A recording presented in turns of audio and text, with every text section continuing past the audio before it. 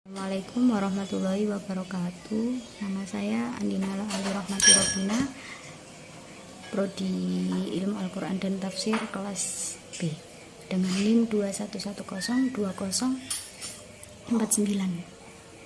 Sini saya mau mengumpulkan tugas studi Quran.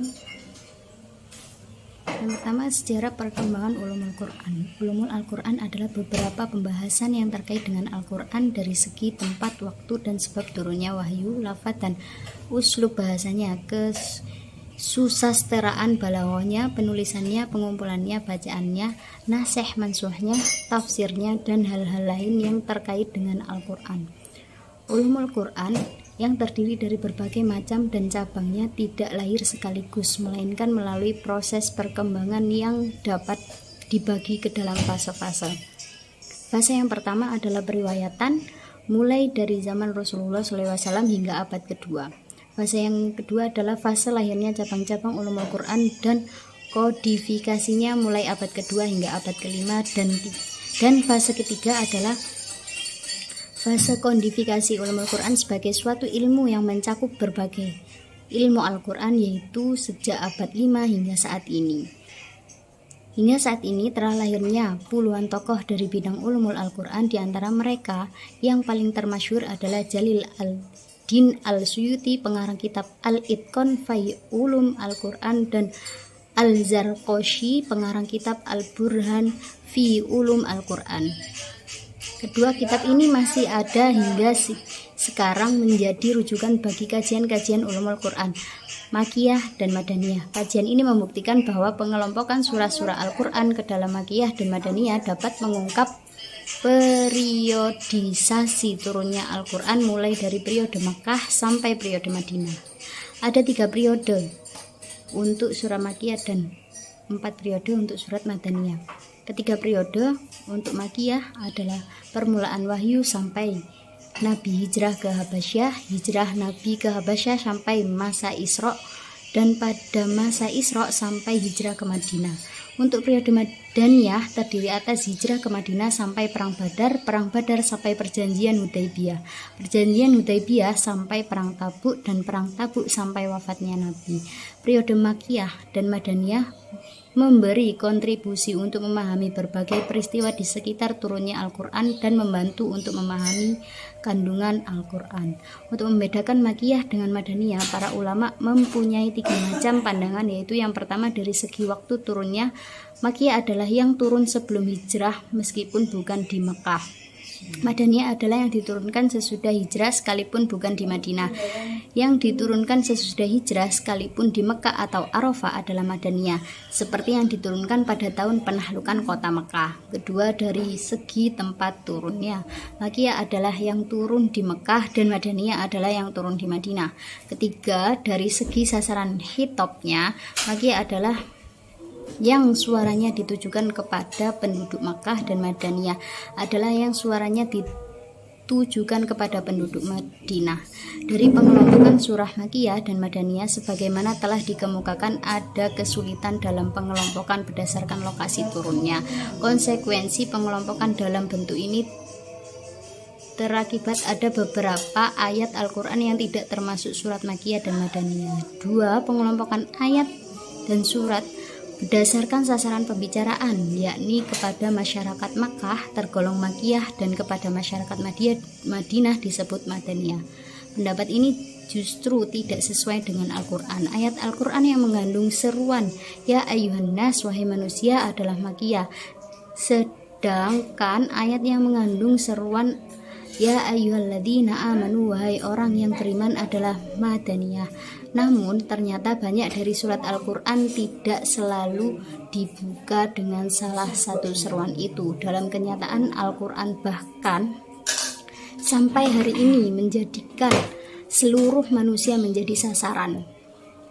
Pokok-pokok kandungan surat Makkiyah. Beberapa kekhususan kandungan ayat-ayat Makkiyah Yang pertama, menekankan seruan kepada tauhid, beriman kepada risalah nabi dan hari kiamat dengan segala kenikmatan surga dan kepedihan neraka, serta penolakan terhadap akidah sesat kaum kafir dan dalil-dalil ayat-ayat kauniyah yang sangat rasional. Seruan untuk menegakkan prinsip-prinsip dasar ibadah, muamalat, dan akhlak mulia, seperti perintah ditegakkannya sholat 5 waktu, diharamkannya memakan harta anak yatim, dilarangnya sikap sombong, dan sebagainya.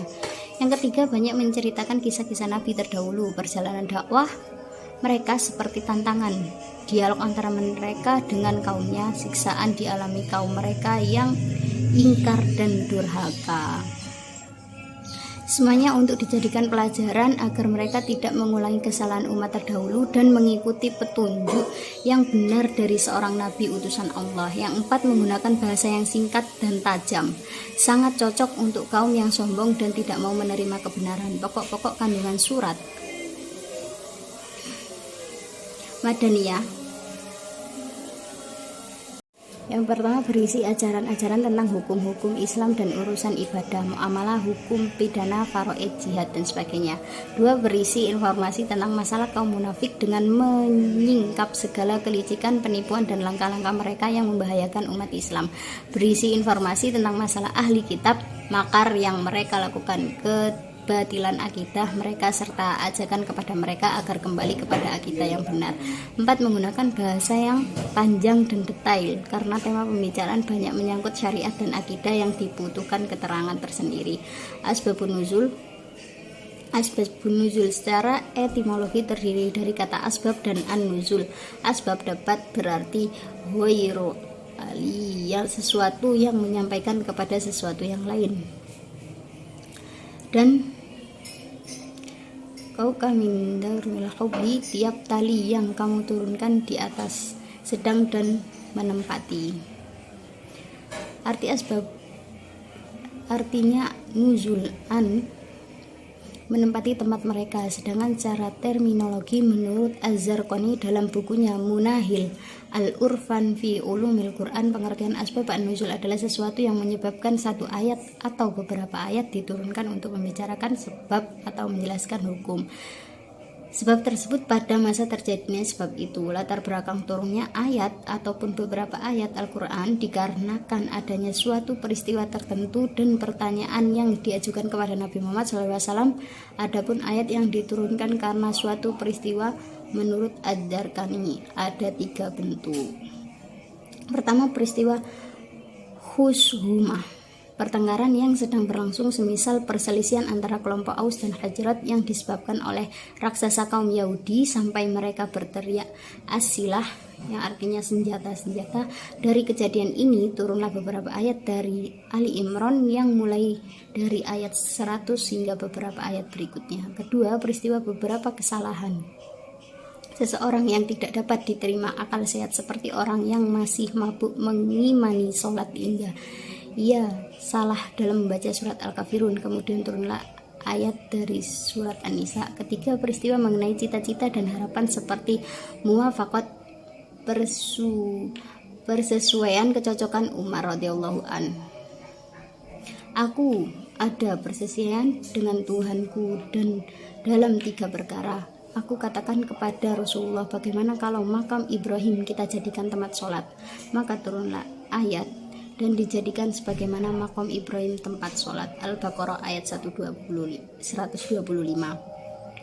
Dan aku berkata, wahai Rasulullah, sesungguhnya di antara orang-orang yang menemui istri-istri yang baik al-barru dan yang jahat al-fajir, bagaimana kalau Anda memerintahkan kepada mereka untuk membuat hijab atau tabir? Kemudian turunlah ayat hijab, yakni ayat dari surat Al-Ahzab ayat 53. Sedangkan ayat ataupun ayat-ayat yang diturunkan karena adanya pertanyaan yang ditujukan kepada Nabi Muhammad SAW juga ada 3 bentuk.